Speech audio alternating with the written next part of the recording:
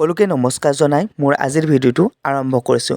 বন্ধু-বান্ধৱীসকল বলক আজি আমি এটা নতুন ৰেচিপি বনাওঁ। প্ৰথমতে মই মাছখিনি ভাজি ল'লোঁ আৰু কমকৈ ভাজিছোঁ নহ'লে একেলগে দিলে ভাঙি যায়। আৰু এইফালে মগু দাইল তিয়াই থৈছিলোঁ আৰু মগু দাইলখিনি ধুনীয়াকৈ চাফাকৈ ধুই ল'লোঁ।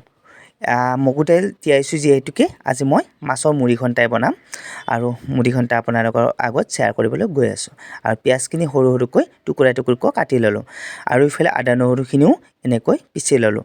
ইফালে কেৰাহীখন গৰম হ'ব দি তাত তেল দি শুকান জলকীয়া দুটা দি এনেকৈ পিঁয়াজখিনি ভাজি ল'লোঁ। পিঁয়াজখিনি প্ৰথমতে দি এনেকৈ লৰাই আছোঁ। পিঁয়াজখিনি যেতিয়া ব্ৰাউন কালাৰ হৈ গৈছে তাৰপিছত মই এই মগু দাইলখিনি ইয়াতে দি দিলোঁ আৰু মগু দাইলখিনি দি অকণমান ভাজি ল'ম। এইফালে ল' ফ্লেমত গেছটো দি মগু দাইলখিনি মই ভাজি আছোঁ।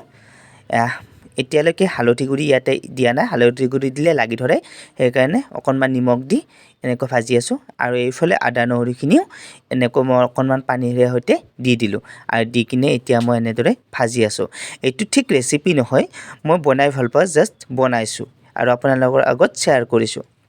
এনেদৰে ভজা হোৱাৰ পিছত সকলো মা মছলা দিয়াৰ পিছত এনেদৰে মই অকণমান পানী দি এতিয়া ইয়াতে মই ঢাকনিখন মাৰি দি উতলিবলৈ দি দিম। যিহেতুকে দাইল অকণমান উতলিবই লাগিব। দাইলখিনি চোলাটোত মই মাছৰ আঞ্জা বহাই দিছিলোঁ।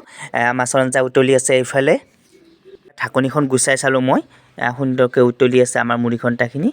চাওক দালিটো প্ৰায় সিজিবৰ হৈছে। মই এটা দালি হাতেৰে পিটিকি চালোঁ, হয় সুন্দৰকৈ সিজি গৈছে। আৰু দালিখিনি যেতিয়া সিজি গ'ল ইয়াতে মই এতিয়া মাছটো এড কৰি দিম আৰু এইফালে মাছৰ মাথাটো মই ইয়াতে এনেদৰে ভাঙি দি দিলোঁ। আপোনালোকে এনেও দিব পাৰে, তাত ভাঙি দিব পাৰে আৰু মই এনেদৰে ভাঙি দিলোঁ বাৰু টুকুৰাকৈ। বন্ধুসকল ইয়াতে মই বৰ বেছি মছলা এড কৰা নাই। আদা নহৰু দিছোঁ, অকণমান জলকীয়াৰ গুড়ি দিছোঁ, অকণমান জিৰা দিছোঁ। সদায় কোৱাৰ দৰে আজিও কওঁ, মোৰ ভিডিঅ'বিলাক আপোনালোকে কোন ঠাইৰ পৰা চাই আছে প্লিজ কমেণ্ট বক্সত কমেণ্ট কৰি জনাবলৈ নাপাহৰিব। বলক এনেদৰে আমাৰ মুড়ি ঘণ্টাখন প্ৰায় হ'বৰে হ'ল। ধুনীয়াকৈ গ্ৰেভি টাইপৰ হৈ গৈছে আৰু মই ইয়াতে অকণমান গৰম মছলা এড কৰি দিলোঁ আৰু গৰম মছলা এড কৰি দিয়াৰ পিছতে আমাৰ আজি মুড়ি ঘণ্টাখন হৈ গ'ল। হ'লেও কিন্তু বহুত সোৱাদযুক্ত হৈছিল, কাৰণ খোৱাৰ পিছত মই ভিডিঅ'টো এডিট কৰিছিলোঁ আৰু এইফালে মাছৰ আঞ্জাও হৈ গ'ল। গতিকে নেক্সট এটা ভিডিঅ'ত লগ পাম। আজিৰ ভিডিঅ'টো ইমানতে।